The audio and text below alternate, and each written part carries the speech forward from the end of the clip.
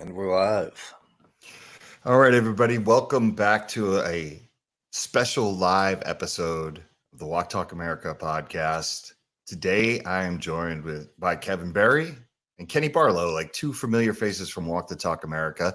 And we are going to discuss the week that we have had. We had the goals conference, and I was out in DC. So I want to recap some of that. But how you doing, fellas?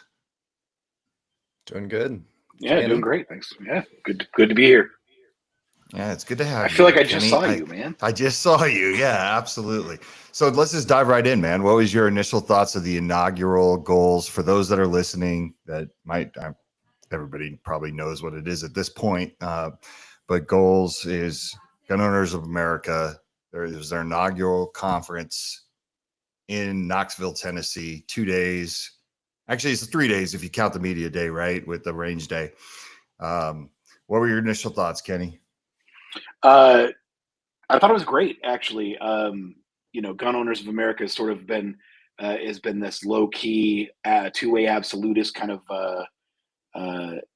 group enjoying what they do, and I've followed them for a while, and so I think with things uncertainty with organizations like the NRA and stuff like that, and what the future holds, there's other people that kind of want to step up and do their part, to help as well. And I think Go has been really good about that. And I was impressed with what they were able to put together. There was a lot of attendance from the exhibitor side of things. Stalwart members of the industry and the manufacturers and exhibitors that were there. Everybody from Century to who else was there, man? Everybody, Keltec, High Point, our friends at High Point. I love them. Why are you laughing? Why? Nothing. No, because I know what everybody, when I said High Point, I know what every listener was probably going to think. Oh, High Point. No, but them. Yeah, everybody was there. Smith & Wesson was there. Recoil was there. Recoil Web was there. Pitch and CanCon, and a whole bunch of people were there. And I like the audience. I find the audience that Gun Owners of America has found. I enjoy that. It typically skews younger. They skew more tech savvy. There was a lot of like early 20s to early 30s attendees there, that came out for this, and so these guys find it. It's not that they're not finding the NRA. I'm sure these people are very aware of who the NRA is, but I think that they find that the tone and the messaging from GOA is more to their liking. But I found that refreshing. Yeah, it was nice to see and catch up with a lot of, especially like people from the influencer side that we get to only see at these shows. I mean, you and I have been doing shows for so many years, and as a matter of fact, like that's something I want to touch on, right? Like when is it too much? Like when are there too many shows, and how do these manufacturers manage the budget for attending shows? If you are a firearms manufacturer, you're a company associated with the firearms industry, has to be astronomical at this point, because these are the shows that are like open to the public, but there's so many shows that aren't open to the public that a lot of, like, take, for example, the influencers, right? Like I was at a table full of people and they were asking me when my next show is. And I was like, I got to go to NASGW. And I could tell they were all like, what is that? Right? Like they don't even know what that is, but it's like, there's such an expense to this. And I remember when I owned Eagle, people would ask me like, oh, SHOT Show. And I'm just like, yeah, SHOT Show for me is like taking $130,000 and just lighting it on fire. You know what I mean? Like you go out and you do it to support the industry, and you do it just to make sure that everyone knows you're okay and you're still there. But, some of these shows, I wonder how organizations measure the success of them. It's a great question. That is a great question, and it depends. It depends on. There's so many variables to that too. Because you have to couple to that the fact that the industry in general has typically been ebb and flow, lots of peaks, lots of valleys. And so it depends on what's going on in the industry, not only in the market, but in terms of politics in general, what the economy is doing. Like you have to kind of benchmark these things for different years, and that pivot that allows you to pivot your goals a little bit, or you have to. So like in years where the industry's up and things are moving along and everybody's kind of doing what they're supposed to be doing, yeah, you attend these shows as sort of a hey, we're still here, we value this industry, we want to show support to the organizations that put them on. And then the other times it's you put them out there to say almost the exact same thing, but it's like, hey, remember, we're here, please buy our product, whatever. And it just sort of depends. It's and like to your point, a lot of these are not buying shows. A lot of these are relationship building shows and forward facing ones, but yeah, a lot of them are not open to the public. So it's you it's really hard to compress it down to one line item on a budget and go, what's the ROI on this? Because it changes from show to show to show, and they're what they're meant to be, what the goals are that are meant to be accomplished at each one. Yeah, for me, as an attendee, I wanted to attend the inaugural one. I felt like it was important for me to be there and kind of support what the mission was. But I was also working out of the Avidity Arms booth. So for Avidity Arms, it was a good opportunity to get in front of some people that we know had never heard of the firearms company, right? Because it's still fairly new. I mean, you'd say it's been about a year. So there's a benefit to that. But this show is unique in the sense, too, that not only did you have regular foot traffic walking through, but there was a lot of breakout sessions with topics and panels and, topics that are relevant to the industry now. Like I was able to sneak away and attend one panel, which was the diversity in the firearms industry group. And, they had Tony Simon from the diversity shoot up there. They had Yehuda Raymer, who's the Pew Pew Jew. I think Antonia Okafor was up there, and Diana Muller, kind of just talking about the different groups that are in there. Did you get to see any of the panels, or were you, because I know you were walking around and we were walking around most of the time. I know we didn't go to panels. So yeah, I didn't get into any of the panels. I've caught glimpses of it from social media and recaps and such, but I didn't get to see any of them. Yeah, it's like we hang out in these circles, and I feel like I can almost give some of the speeches that I was watching some of the people give, and then I have to remind myself that it's the people that are attending the show that need to hear those messages. They haven't heard those messages before. Oh yeah, but no, it's a good mix. Yeah, absolutely. That's the thing about going to all these shows, and again, depending on the show too. Like when you were at Eagle Imports, and we would go to the shows when we're pitching our product. Like you just got familiar with the pitches that everybody was doing, almost to the point where we could just work each other's booths if we really wanted to, because we saw each other so frequently and heard it so much. It's almost like we could give, I bet if you were so inclined, you could get up there and give Yehuda's exact speech, because it's just what you're engaged in all the time. Well, Kevin, especially since we had him on the podcast like 5 days before that show happened. What I mean? I was like, okay, here's the people who own ARs don't get in cattle cars part. Like, Kenny, which is a good line. I think that's a great line. But that's a great line. Yeah. I think when people hear about Yehuda, it kind of blows their mind that someone like them exists. You know what I mean? I think he does some amazing work, and and that speaks to what I for people that are outside of the industry that look into the inside. I think that mostly people think this is like a middle-aged white man's convention, and it's true to a certain point, but I think especially this, like the diversity has changed. It's become way more diverse over the years than say like my first SHOT Show in like 97, or my first NRA show. So you're just seeing so many different groups of people come forward to say like, hey, the Second Amendment is for me, or this is what I specialize in, right? Whether it's somebody who owns an organization like Carrie from We the Female that specializes in domestic violence victims, to Yehuda, who's taken that the market to the Jewish community, saying like, look, don't let anyone tell you this is not for you, and this is why it's important to any marginalized group. So it's been pretty cool.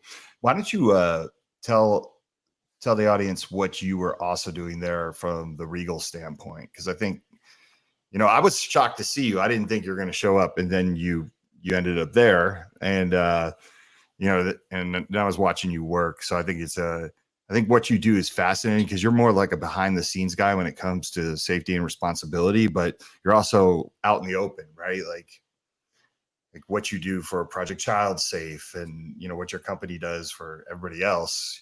You know, you are the gun locks. Yeah, and I wanted to tag what you were saying about diversity real quick too, and then I can address that. Is yeah, you have seen this market shift from the single message of cold dead hands into the big tent of ideas inside the industries. You know, with either Black or Jewish gun ownership, female gun ownership, liberal, like the liberal gun owners. I love seeing that. But then also in terms of messaging, like the types of things I think that has led to changing the dynamic of the types of things we want to talk about, like, which is why Walk the Talk is able to thrive now, because now we're forcing we want to have conversations about mental health. We want to have conversations about secure storage, and we want to have, you know, I've sat through many a class and heard the, you know, my safety is my trigger finger, and my safety is my brain, and I'm, you know, whatever. And it's like, no, my safety is also my safe. My safety is my gun locks. My safety is whatever. And we can have those conversations now. And that's what we've been doing at Regal. So for the longest time, Regal Products has been producing all the cable locks and all the trigger locks that you see being given out in when you buy a new firearm. And so we've been around for decades and doing that. And you're right, behind the scenes. But, you know, we are gun locks. That is our bailiwick, and what we've been doing forever. So what we're trying to do now is pivot to a more forward-facing industry, industry and customer-facing organization, and let people know that we're here. We want to talk about secure storage. Secure storage isn't controversial to talk about. You know, safe storage of firearms isn't a controversial topic, nor should it be, and we should talk about it. It should go hand in hand. Anytime you go to the range, anytime you go, anytime you're buying a gun at a new gun store, and that's part of what brought me up there. Is that there's several projects that we're working on right now, both behind the scenes as an OEM vendor to the manufacturer. So I was talking to a few of our partners from the manufacturing side of things, but then also in terms of how do we pivot. So I was having conversations with TriggerCon and CanCon about secure storage. How do we come up with a secure storage sponsorship, or talking to our partners at the company called Occupy. We're going to be releasing a product called Secure Me, which is a smart and app-enabled system that uses a movement sensor embedded in the cable and trigger locks that pings your phone if it senses movement. And you can use those same sensors in a variety of applications on your safe door, on the door to your gun room, on your liquor cabinet, in a pill bottle, any other broader applications that works in this ecosystem that Occupy has developed. And so those are just a few of the things that we were there to do. Yeah, it's really cool, Kevin, because and I always love deferring to Kevin, because he's not from the firearms industry. He's learned this through Walk Talk America. So it's always good. He's like the fresh pair of eyes on everything, or just, you know, it reminds me of myself, like when I came in the late 90s, right? Just kind of like taking it all in and then making your own opinions from it, or just seeing behaviors and things like that. But it's really cool. Is like at one point we're all sitting in the booth looking at that technology, and Kenny was basically breaking it down, and it was Chris Dover, CloverTac was in there with us. And it was really cool watching like Chris be able to get the concept of what this is. Whereas like years ago, so many gun owners would be like, I'm not tracking my gun. You know what I mean? I'm not going to do this. I'm not going to do that. Like, and now just even going beyond just firearms, right? Like Chris was like, oh, you could use this for liquor cabinets and all kinds of things. Like, it's like, exactly. Like if you don't want to use it for its purpose, find the other purposes in it, but know that, if you have to put it on your firearm for whatever the reason, maybe you got grandkids coming into town or your cousins, your nephews or something like that. And you're just like, I want an added layer of, security on this thing. Then that's when I'll use it. If I'm by myself in my house, like, and I'm hell bent against that, I don't have to use it then. But it's kind of having that messaging out there. And I actually watched that gentleman speak from it. Was it called Tag Me? Yeah, their version of Occupy will be called Tag Me. Right. And he had a decent crowd in there, and he didn't get booed off stage or anything like that. So, you can see the tide is changing, which is cool. Yeah. And I think you said two interesting things there that I want to touch on is the intrinsic value. That I think that you're right. There's been a shift in our mindset such that when people come up, they almost instantly get it. They see what it does instantly and go, I have a million uses for this. And no one really needs convincing of it, especially because you point out it's just a movement sensor. It's just an accelerometer in a plastic housing. If we're being honest, there's no tracking, there's no GPS. Big Brother's not watching, but it is. You can put 10 of these in a system and it pings your phone. The end. And it's not. It's not an emergency thing. It's not like, hey, your gun's moved, call the cops. It's at its core, it's I've got to go run an errand. My 13-year-old's at home. It's just that added layer of security. Oh, my gun! Why did my gun safe open?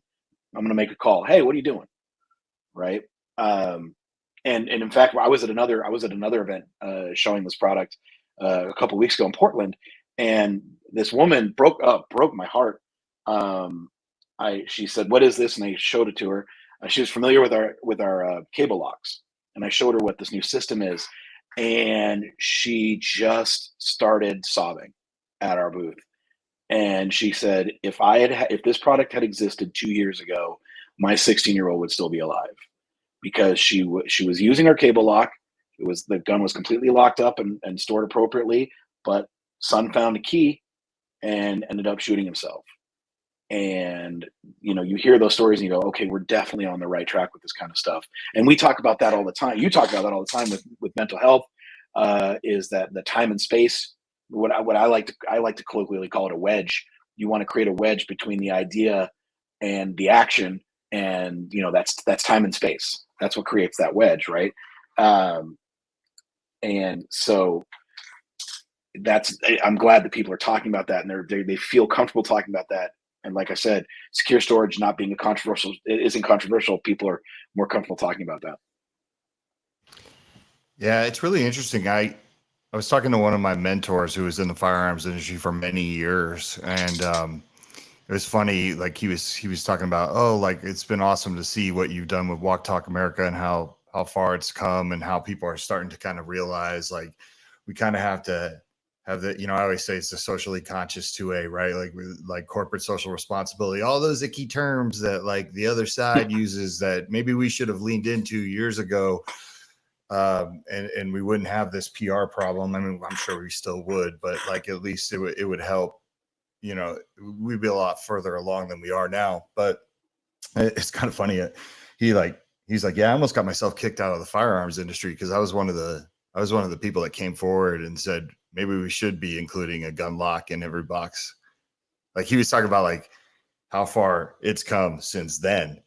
Right. Like you couldn't even say like, yeah, maybe we should just put this in the box. Cause at that time, the industry's attitude was no, like not an inch, like we're not compromising anything. Like there's, once you do that, then they're going to ask you for something else. And then it snowballs and everything like that. So it's kind of interesting to see that it's come that far, because most people outside of our world don't even realize that every new firearm comes with a cable lock or a trigger lock of some sort. Yeah. That's news to them usually. Yeah, and Mike, you talked about this a bunch when you go into, and I love that you like that when you talked about the icky terms or whatever. I agree with that. Like maybe we should have been leaning in, if only to define those terms ourselves, right? So they come up with a term like corporate social responsibility. Oh, that's a nice word. It would be a shame if something happened to it, and we turned it into locks and all the guns, right? I know you think I know you came up with a word that means X, Y, and Z. Well, our version of that is this. So now we own the definition of that. What does corporate social responsibility look like in the gun world? It doesn't have to look like that. So we can lean into their terms and then redefine them. And you talk about that too, like when you talk about going to the Aspen, that event, and you're in a room with the people who it's not an echo chamber for you, like it would be for if we were at NRA or SHOT or whatever.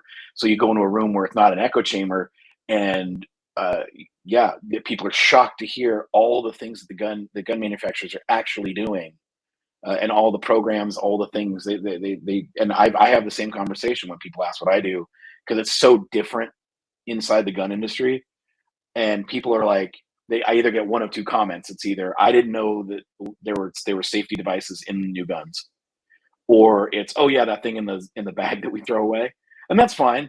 I get it, but at least they're aware. At least the people are aware that it's in there. So Kevin, you had a thought on that. yeah, it reminded me of that question you got from LinkedIn earlier, last week.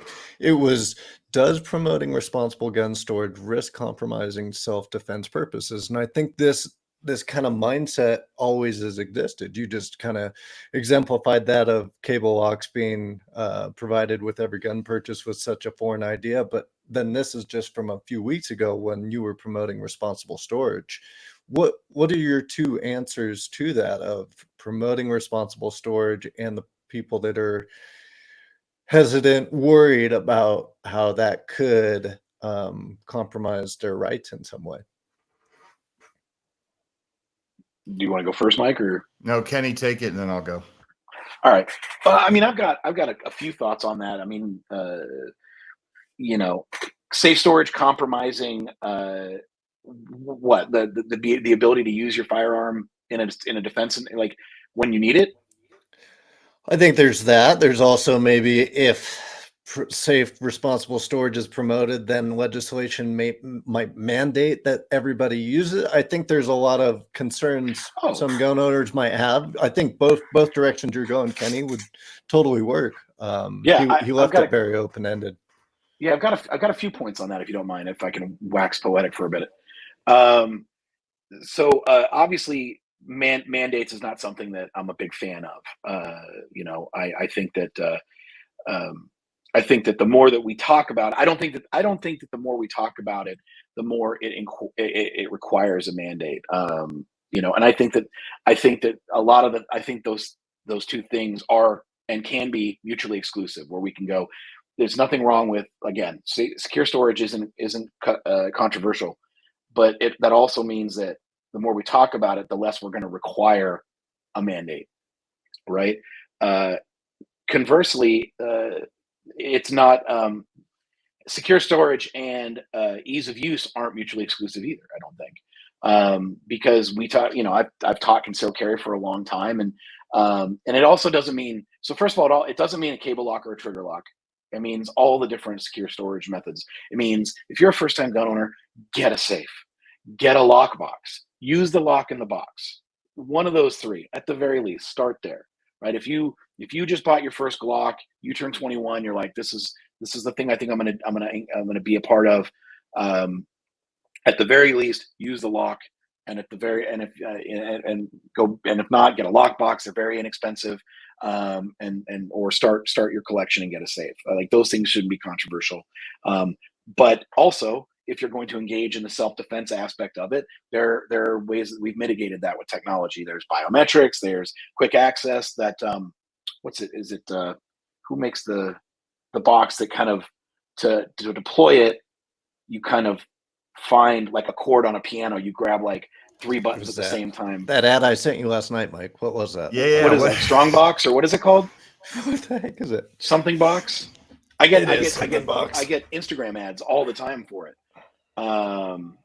And they were doing like a 2-for-1, and they were doing a 2-for-1 special sale just recently too. That was Is one of that, the and things. it's the ad with the kid, right? Like the little Yeah, girl, that I and they're sent you just last like, night. she's shooting down every Stop box. excuse. Stop Stop box. box. Stop box is that thing looks great. Get something like that. Regal Art. We make metal lockable cases, and we're going to be launching a quick deployment line as well in the near future, probably in Q4. So those things shouldn't stop nor deter people from the and then conversely, if you're going to carry it, obviously, secure storage, like it being in use, carrying concealed or carrying out in the open, that's in use, and that so when it's being deployed and in a holster and whatever, we're not talking about those things. But the minute you come home and the minute you're going to relax and you take it off you, stick it in your lockbox, stick it in your safe, run your cable lock through it, run your secure me enabled cable lock through it. So yeah, those things I don't see them as. I think that the less we talk about it, the more the calls for mandates are going to increase. Because to Mike's point earlier, it makes it seem like we're reverting to that cold dead hands thing. And if we talk about it, we can own the conversation. We can shape the narrative. Yeah. For me, like, to answer that question that person posed on LinkedIn, if I was having this nuanced conversation, right, with that person at a bar or something, to me, I would say there's nothing in my world that outweighs the fact that every negative outcome of a firearm gets used against us. Like, if we were fair about it, like the term gun violence, which whether you're pro-gun, anti-gun, or gun neutral or gun ignorant, right? Like, everybody sees that number and it's all lumped together. So suicides are lumped in with homicide, like, which does a disservice to both. Like, you can't find real solutions because there's no one size fits all solution across the board.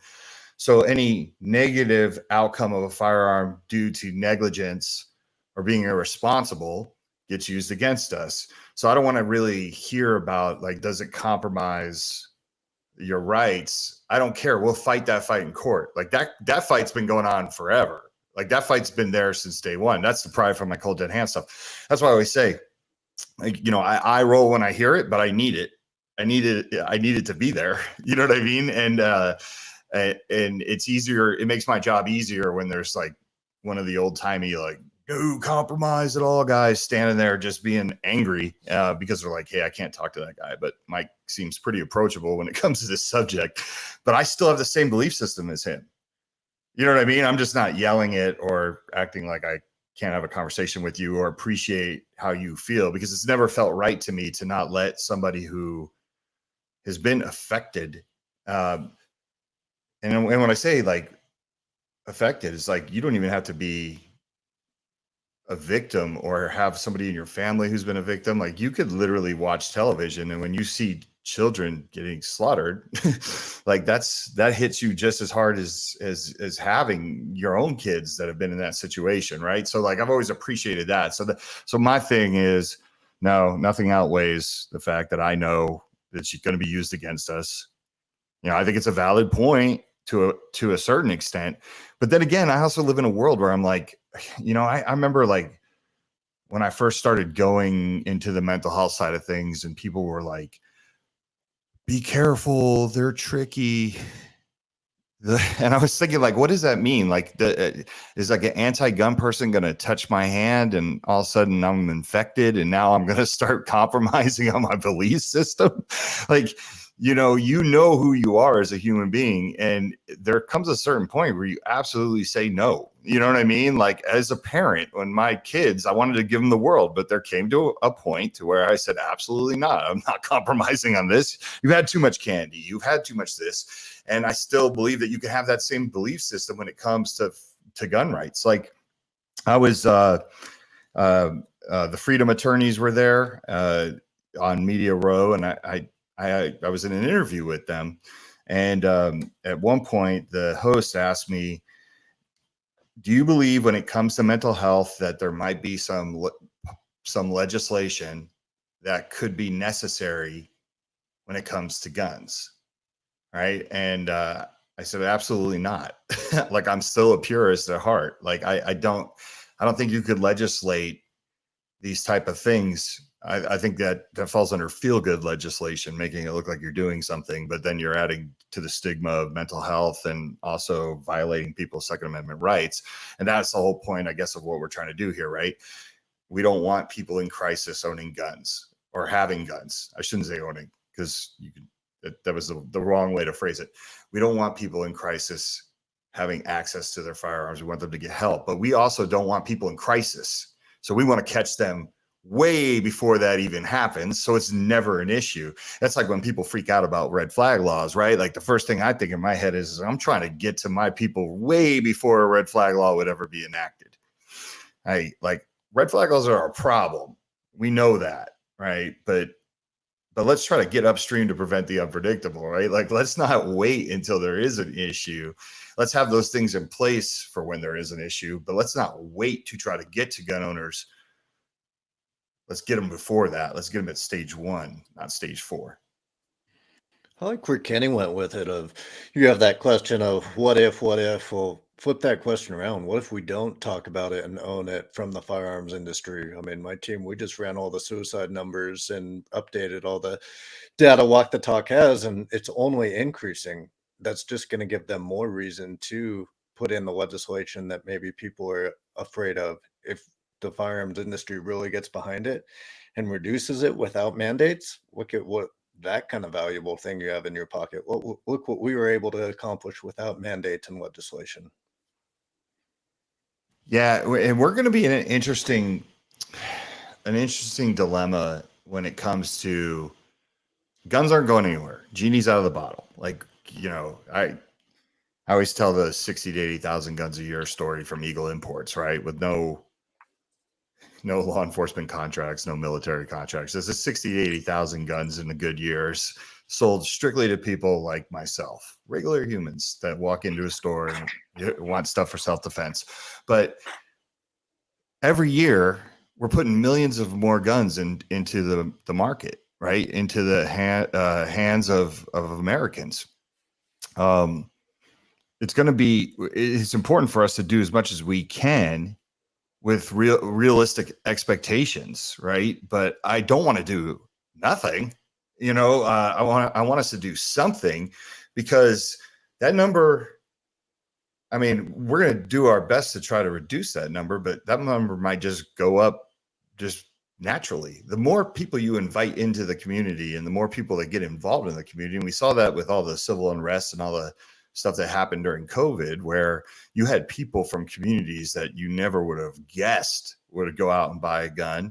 And I thought that was beautiful. I know a lot of people in the industry were frustrated because a lot of people were finally learning how difficult it is. You can't just go buy a gun in certain places. And, the whole, like, I wish it was as easy to get a gun as it is to get a fishing license or a library card. And they learned the hard way that it's not as easy as you think.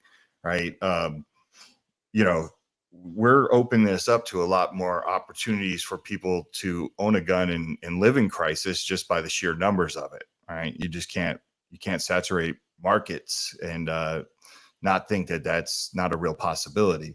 And I wish we would have, I really wish we would have started tackling these issues. I wish we would have started from day one, but let's face it, like, I think a Columbine was like the first time that, these things were really, really discussed.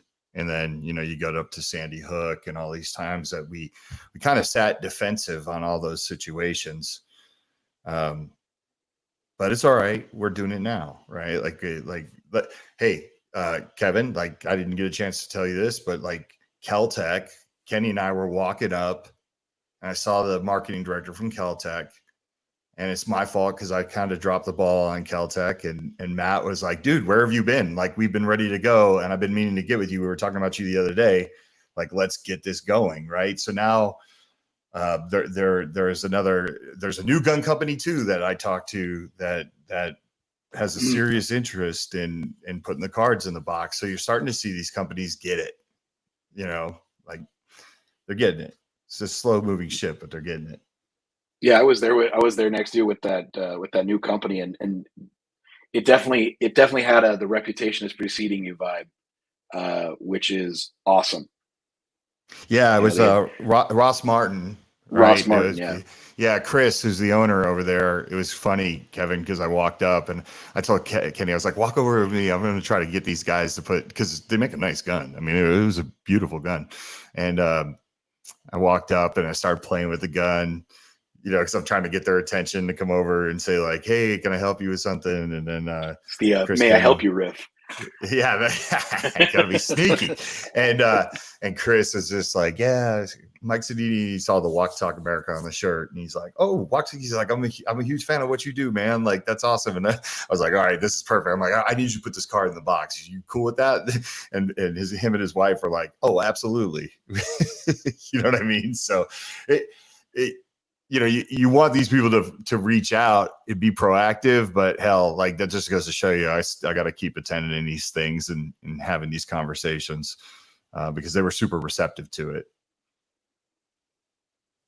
Yeah, and a lot of little efforts that we've been working on that might not seem like they make an impact. Like that probably wouldn't have happened 4 years ago. Who are you? Who's Walk the Talk America? It's little things like that that you seem to be able to feel to be a difference recently versus 4 years ago when we just came on with the website or all the little things.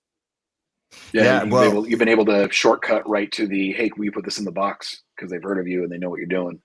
yeah, exactly. And it still blows my mind because I still have a very humble, like, you know, even with podcasts and things like that, when people are like fans of it, you know, this guy come over and he was talking to me about avidity, and then he saw the Walk Talk America card, and then he put two and two together, and he's like, oh my God, he's like, you're the founder of Walk Talk America. And I was like, yeah. And he goes, I've listened to you on so many different podcasts and things like that, you know. And I was just like, oh, that's cool. Like, you know, it's like maybe I'm not the person that gets recognized, like say like a Black Rambo or somebody like that who's just walking through a Coley Noir, or somebody even like a Clover Tack or a Ghost Tactical that everyone recognizes, but people are starting to make the connection. And there was like this couple came up, and the kid was 22 and his wife was 21, and he was a huge fan of Walk Talk America. Like when I walked up, because Rob was talking to him about it, he's like, there's the guy who started it right there. And the kid was like, dude, let me shake your hand. Like, thank you so much. I love what you're doing. So it's just cool that people are starting to recognize it and see it and get out there. You kind of hope everybody would hear about it by now in the gun industry, but sometimes you get reminded that there's still so many people that haven't heard of it. Kenny might have dropped off. I'm still here. I think we just lost my camera. Okay. Oh, no. We didn't know if you were like, I'm done. I just punched out. He extremely disagreed with that statement. Screw these clowns. I'm out. Screw these guys. Hey, Kenny, tell us about what you saw at that VA conference, because I think that's a good segue into my time in DC. But how was that VA suicide prevention conference? Yeah, so Regal attended the VA DoD suicide prevention conference, and it was an excellent experience. I'm glad we attended. Regal does a lot of work with VA and their individual chapters as well, with gun locks and their programs and lock boxes and some of the marketing premiums we do. And I apologize, I don't know if I'm going to get this camera working again, but regardless. Yeah, it was great to see. We were probably one of the only exhibitors doing what we do. In fact, I think we were the only one. And so them being able to put a face, because they've seen the locks and they've seen the boxes and all the other stuff that we've done. So them being able to put us in our name and our face with what we do for them. Was really awesome, and they just ate it up that we were there and supporting all their efforts, and it was great. And it's we've got a lot of follow up because there's a lot of programs that there were way more programs for lethal means, lethal means safety and all these other, and mental health and suicide prevention that I wasn't aware of. And so, there's a lot of follow up to be doing, and helping both active service members and veterans in these spaces. Yeah, and that's one I didn't get to attend, but I was able to get to the NSSF VA meetings right before the Knoxville goals meetings, which was really cool. You had Waco from the American Legion there. You're getting these different organizations all coming forward. Unfortunately, I guess I'd say the only negative thing about it is I think we need a clear direction as a unity, something that unites all these different things, because you have all these different groups doing great things. And it almost gets to this point where it's like some of the efforts are duplicated, which is fine. And I'm okay with that, because some people have different reach, right? And that's something I think that we have to accept in the firearms industry just in general, right? Now that you have groups like Brady in every town and Moms Demand Action, like going this whole like responsible, safe storage or lethal means safety route, like they're adding that to like kind of the things that they do. So there are times when they're gonna get a captive audience that we need to be cognizant of, right? Like we need to be aware that, the Association for Pediatricians, right, may not realize, because they just might be looking for, hey, we want somebody to help us with our messaging when it comes to firearm safety. And then they see like Moms Demand Action or every town has like some kind of program, and they might latch onto that. And this is why it's like it's so important that we do it from our side, right? Because I think it's way more important to hear from other firearms industry trade people, like about firearm safety, because we really know it. But different groups have different audiences, so some of the work's replicated, but that's the one thing I'd like to see is, especially with like working with the VA, is just to see like more of a clear direction of what everybody wants or whatever messaging we can. But we're getting there. It's just going to take time. Do you think that's achievable, or do you, sorry, I didn't mean to step over you, but do you think that, do you view that as achievable, or do you view the idea that every organization has different messages, different target audiences, that it would be easier or harder to get to a quote unquote lowest common denominator, but static message across all of them?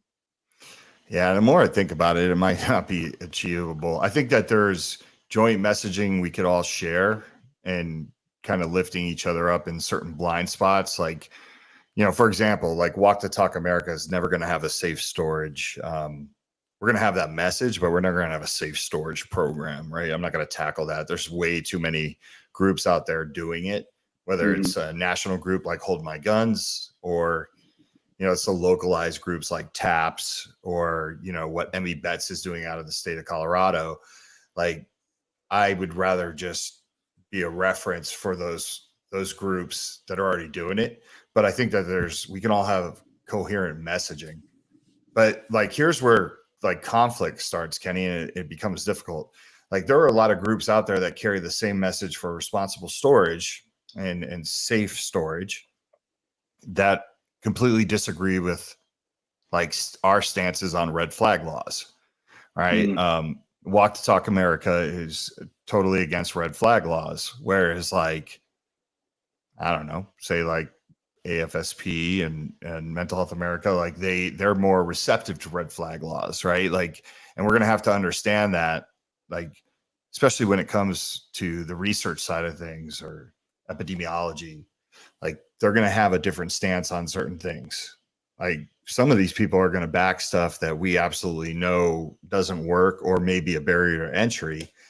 So it's like, how do you all become one or get onto the same page if you can't agree on certain things? I mean, I know how I do it, right? Because I feel like I'm going to change minds eventually, or I'll make people see the blind spot. But a lot of us don't have that ability to kind of say, let's put aside the stuff that we disagree upon and work upon the stuff that we do agree upon, right? Like let's do that. Because I think that's going to make it tougher for all of us to become like one united front. Yeah, I was just, when you were describing all these different groups, or the idea of all these groups with the different messages, that it might be one of these scenarios such that, you remember you remember in the as a kid, those spirographs where you take a piece of paper, put the piece of plastic over it, and you have the different designs. You put the pen in it, and you just trace around it and around it, and kind of it eventually would draw over itself and create designs. Um, and all that is just one giant set of Venn diagrams.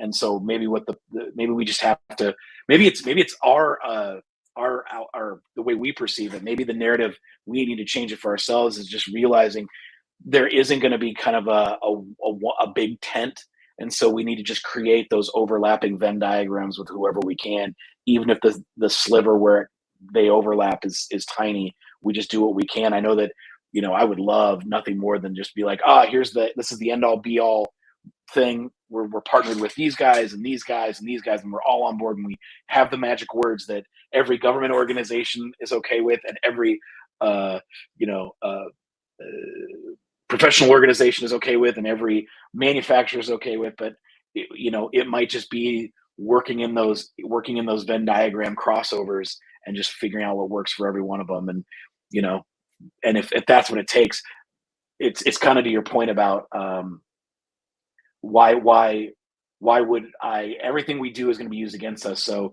if that I would use that same mindset. And so if everything we do is going to be used against us, then there is no cost. There's no To me, it doesn't make any sense to not engage with everybody on every level, and everywhere we can, and create as many. If we have to create many different paths forward, then that's what it's going to have to take. Because again, the idea is preventing death by firearm, preventing preventable death by firearm. Yeah. Yeah. I remember working, like Kevin and I actually, honestly, I think we were one of the first organizations, Kevin, that kind of listed out why we do not support red flag laws, but we were really deliberate in the why. Like, let me explain to you why, because I felt like everybody always explains to you why red flag laws are good, right? And I was like, the gun industry, or the people that are on this side, need to do a better job of explaining, okay, why we think it's bad. Not just it's stupid, it doesn't work, or whatever, creates more problems, but really explain the why. And I think I think it's super important that we kind of get that message across through our side. Like, I would love to see more, like, NSSF have their take on it, but we share it, right? Like, it's almost like written like commandments. Like, this is why we believe in what we do, and here's why we don't. Because I think most people they don't have an opinion. They want to be, they want to be educated on it, or they want choices, right? Just like you get choices in everything in life. I tried to do that with my daughters. I split them in half. I have one Republican and I have a Democrat. You know what I mean? Because I tried to make them like see both sides of every issue. And I think we need to do a better job on our side of explaining our stuff. I'm tired of the whole, like, oh, I thought you people just wanted to arm everybody. I didn't realize, like, in that situation, that's why you were saying that. And I don't know, Kevin, what are your thoughts on it? I mean, as someone who's now an insider and outsider looking in on it, helping me write this stuff. Yeah, I think it just takes a little bit more risk and trust from these organizations or key players that it would take to create an organization, association, whatever it is, that would take the lead to unify everything. Because I mean, I know you and I run up against it where even companies are like, oh, this is awesome. And then maybe it runs to their legal team or somebody, and the momentum just completely dies and it's gone. To where, yeah, if there was a collective group of top influencers, firearm manufacturers, all the different players, you're not going to agree with every opinion that's out there, and that's okay. Just be a part of the unified thing, and maybe have some core commandments, like Kenny said, that everybody agrees on, and see what you can accomplish together. Maybe it's a national convention where the firearm industry is leading the experts on suicide prevention, and having the top minds come together and discuss and really refine ideas and make some headway, instead of everybody, ooh, well, we don't like that one topic and that could be a little risky to associate with. Yeah, it could be, but think of the benefits that could come that way. Yeah, it's one of those things that really irritates me, because there are these conferences going on, and I will be attending some of these things, and I've attended these things in the past, and I've never had anyone treat me with disrespect or freak out on me. And there's a lot of nuanced conversations. I think the gun industry just needs to understand something, that like, do not be afraid to go into those conferences, as long as you have viable solutions that people can wrap their head around. And you know, I've said it in the past, like, you're prepared for all the gotcha moments or the tough questions, and you can answer it in a respectful manner, play with other people's ideas in a graceful way. I think you're fine. We're fine. But it's like, when I hear a firearms company, like, I've gotten this excuse before about putting our mental health flyer in the boxes, right? Like the free and anonymous mental health screenings. And they're like, well, what if we give the idea to somebody, or we trigger somebody by addressing this? And, you know, they see it and then they do something horrific to themselves. And I'm like, in this day and age, like, don't you understand, like, that, as much as that would be a horrible thing, you realize, like, the mental health community would have to rally around a gun company. I don't think they think about that. Like, if somebody tried to say Ruger triggered somebody to take their own life by providing free and anonymous mental health screenings, you don't think NAMI and Mental Health America would have to come out and say, no, you're wrong. This, providing resources and talking about it does not cause people to kill themselves, does not cause people to take their lives. That's Right. already been proven by that side. So it's just like, have some faith.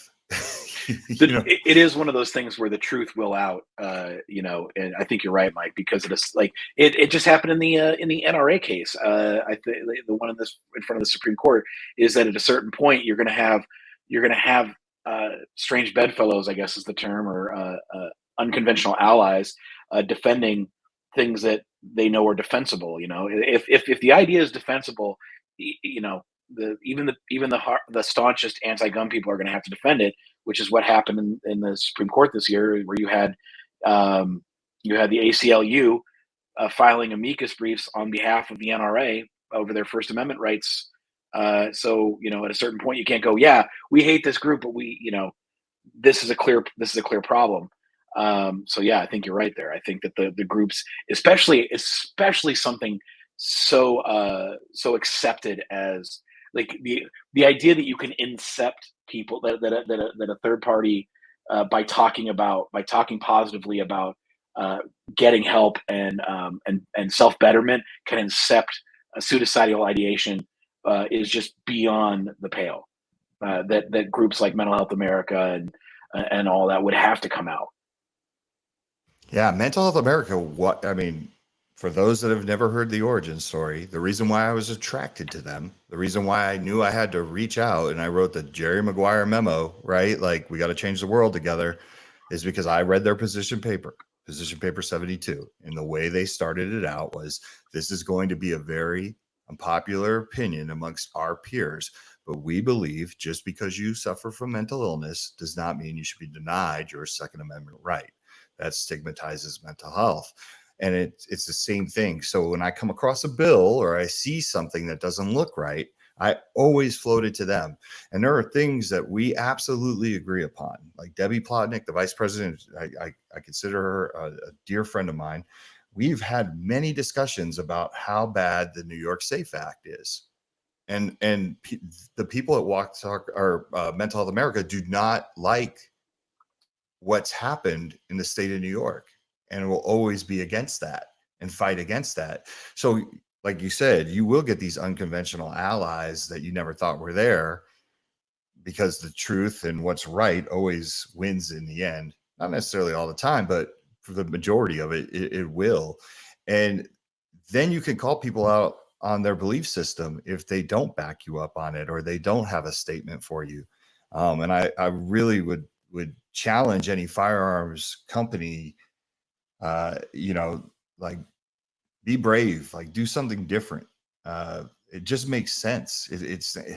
You're not going to hurt your customer by keeping them healthy. It's just not going to happen. The stories become anecdotal, but I had a couple people, Joe Weir, right? Like he's talking about, he's had people contact him because they bought the product and it had that mental health component in there that came out of left field, that there was like, that's awesome that this company's doing this. Right. But yeah, on that note, folks, I think we're getting close to the end here. I have one last question. We're almost an hour, but to wrap it up, what is one thing that Goals did well that was maybe different from other shows? Let me think. This is a really tough question for Kenny and I, because we've done a million shows. Right, and I was only there as an attendee, so it's so from on its face as an attendee, everything everything was done right. I'm sure as if you were an exhibitor, I'm sure there's something where they go, oof, I wish you wouldn't have done that, because we've done so many of these shows. It's like, oh man, could you close at noon? Could why am I here all day? That kind of stuff. I think having it is what they did right. Yeah, I think going for it, having it, you're right. I think having the breakout sessions and things like that, giving people more options than just roaming around the show hall is what they did right. Very, very, and being very media specific too. Like the media presentations was a smart thing. Especially like a sit down, like a presentation, and not like, hey, come out to industry day at the range, or maybe I'll make time for you at SHOT Show because they're all so slammed or whatever. I think making that a component was a smart idea. Yeah, some of these shows are really beneficial to have meetings because they're not as slammed as, say, like the NRA show and SHOT Show. So they're a little bit more relaxed, and you have the opportunity to kind of speak to people and kind of get to some decision makers and just have conversations. But I think what they were smart, what they did when it comes to like the influencer side, is they had so many influencers. There's a lot missing, right? But you can't have everybody there, and even if you invite everybody, not everyone's going to show. But there was a lot of like key players there that are people that have large audiences, and they did some good stuff to promote it. Kenny, I was going to make you do it with me, and then I just forgot about it. But they had that little circle thing that kind of promoted Goals. Yes. The slow-mo camera or whatever that was, and where you followed around. They had all the props. Yeah, I was going to make you. I was going to make you go over there and do it with me, and I didn't do it. I forgot. The thought had crossed my mind. Yeah. Every time I walk by, I was like, yeah, that seems right. Yeah, but they had, and Kevin, they didn't just have like gun industry people there. I mean, that Nick Freitas guy, for some listeners might know who he is, but his booth was across from the Avidity Arms booth, and Kenny saw it. That dude didn't come up for air, man. He was, he's a celebrity. He has like 1.3 million followers. Oh, that was a funny story, Kevin. You'll like this. So that guy has 1.3 million followers, and he slammed. And people were just, you couldn't even get a moment. I think there's like one time we saw him standing by himself for 2 seconds, and this couple walks up, and it's a young lady and her dude, and they wanted to see Rob. He wanted to see Rob Pincus, but something tells me like she wasn't necessarily a gun person. She was there for him, and it just goes to show you, just like we live in this world now where like you could potentially be judged for your follower count or something, stupid stuff like that. But it was really cute because she did this like mic drop moment thing where she's like, "Who's that guy?" And I'm like, "Oh, his name's Nick, whatever." He's a really good speaker, and he's a government official. And I was like, he has 1.3 million followers. And she's like looking him up on the phone. And like, she looks at her husband and she's like, I have 8 million followers. I'm like, where do you have 8 million followers? She's like, TikTok. Right. But like, that's a person running around with 8 million followers. Like that's an army of people. She's like, is that good for you guys? Yeah. Yeah. It's, oh, and I should probably tell my Yehuda story just because it's unique. Go right ahead. Yeah. I was gonna say, do you agree? I think it. Wait. Which one? My pew pew juice story about the electricity. Orthodox. Oh yeah, go ahead. Just what was the name of that? What did you call me? The colloquial term, and it's a big thing in New York. Is you played Shabbos Goy. Shabbos Goy. I was a Shabbos Goy. Kevin, you know what that is? I'd never heard of that term before, and I actually grew up in a Jewish and Italian neighborhood, but I didn't really have any Orthodox friends. Like most of my friends didn't follow that. But anyway, so we're the Friday evening, like getting close to the end of the night, and Yehuda goes to me and Rob, hey, can one of you stop by my room and knock on the door and turn my lights on before you go to the show? And I said, well, what happens if like we forget? And he goes, I potentially could sit in the dark all night, all day and all night. So I go, I will absolutely do that because they can't touch anything that turns something on. Right. So they can't touch the TV. They can't touch the phone. They can't touch the door. They can open the door, but they can't go in and out. So if even if the door were to shut, he'd be stuck. But anyway, so I show up because the event it's on Saturday. The main show was Saturday and Sunday, and so basically the first day of the event, Yehuda is observing the Sabbath. Yeah. So he, so from Friday night till Saturday night, he was out of commission, so to speak, out of pocket. So, yeah. Yeah, he told me, he goes, hey man, I'm free at 9:03 on Saturday. I'll find out where you're at. But so I show up in the morning, I knock on the door. I'm like, I don't know how this works. I can come in. He's like, yeah, you can come in. Like, I'm like, oh, what do you need? Right? He's like, turn that light on, that light on, that light on. And he's like standing back and I'm like turning the lights on. And I was just like, can I give you a hug? He's like, you can hug me. I give him a hug. I'm like, I saved your life. I saved my Jew friend from the dark. But it was the most awkward thing. Oh, and then we topped it the next night. I don't know if I told you this, Kenny, but so the very next night, Adam from Canic, Century Arms, and Yehuda and a couple of his employees, we go out to dinner. We pick a restaurant that has no kosher food, like zero kosher. So Yehuda can't have dinner. There's nothing. Yehuda can't have dinner. He can have a couple of cocktails and stuff. But it was so funny because at one point Yehuda's like, "Can I smell that? Can I smell that?" So he's, because we were just ordering massive amounts of food. I said, I feel horrible, bro. But he's like smelling the dish. I'm like, oh my goodness, this is torture. So, anyways, go hang out with Yehuda is the best, and he's got the greatest attitude on all this stuff. By the way, he's such a good sport about everything. Everything, his use of humor and just educating people about it too. Because like when you're sitting at the table, it's like, but anyways, that's my story. I'm an official. What is it? What am I now? A Shabbos. Shabbos Goy. A Shabbos Goy. Yeah. So yeah, Shabbat, Shabbos is the Yiddish term for Sabbath. Goy means Gentile or non-Jew, non-Jewish person. So, but yeah, apparently I listened to a podcast the other day that with one of the guys. They all live in New York, and so he was one of the hosts was talking about having to do that for a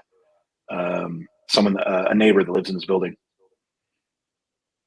And I did it. So, I saved his life. Yeah. I kept him from the dark. Very cool. I thought he was busy on the show floor and he like handed you the room card and you had a lot of power to potentially mess with him and have that inner angel demon on your shoulder of like what to leave on and what not. Well, that was the joke that Pincus said to me. He goes, hey man, when you go in there, turn his TV to MSNBC. Yeah. No, Oh, exactly. He's a Because then he huge couldn't concern. change it. He couldn't change it. And I said, Yeah. what would happen if I did that? He said, I'd have to sit there and listen to MSNBC. I said, you know what? I would have helped you out. I'd have came back like 5 hours and turned it to CNN just to give you a little. All right. On that note, in that story, let's wrap it up. I want to thank you two for joining us today. And I want to thank all of our sponsors. I particularly want to thank, I want to point out Ruger Davidson Arms Corps. I love all of our sponsors, but those three helped us out with our Kids to Kings event that we had in the last 2 weeks. We got another one coming up. That is, for those of the people that don't know, that is our program where we go into underprivileged, underserved areas, and we introduce firearms and life skills, not just firearms. So much more than just firearms.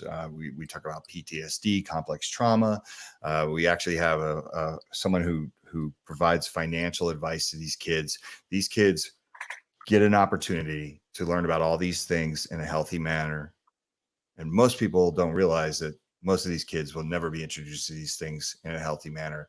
And I think it's just a beautiful program. And if you go to our website or you go to any of our social medias at Walk the Talk US, you can see clips from the event that just took place. Like I said, I want to thank, there's a lot of misconceptions about the firearms industry. And one of them is that we just don't care about things. We don't care about kids. We don't care about people. And this is the type of program that really is smashing that stereotype of us. And the people that are behind it are just absolute angels for doing it. And it's the Kevin Dixies, it's the Devin Perkins. You know, it's really awesome. So I just want to thank those three sponsors in particular just for their help. They donated ammo.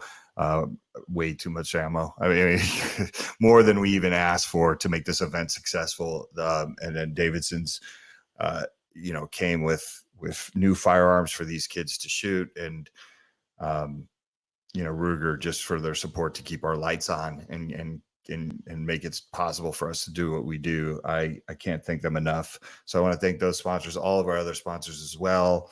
Your Lipsies, Chattanoogas, NASGWs, like all the people that believe in this and want to see this continue and grow.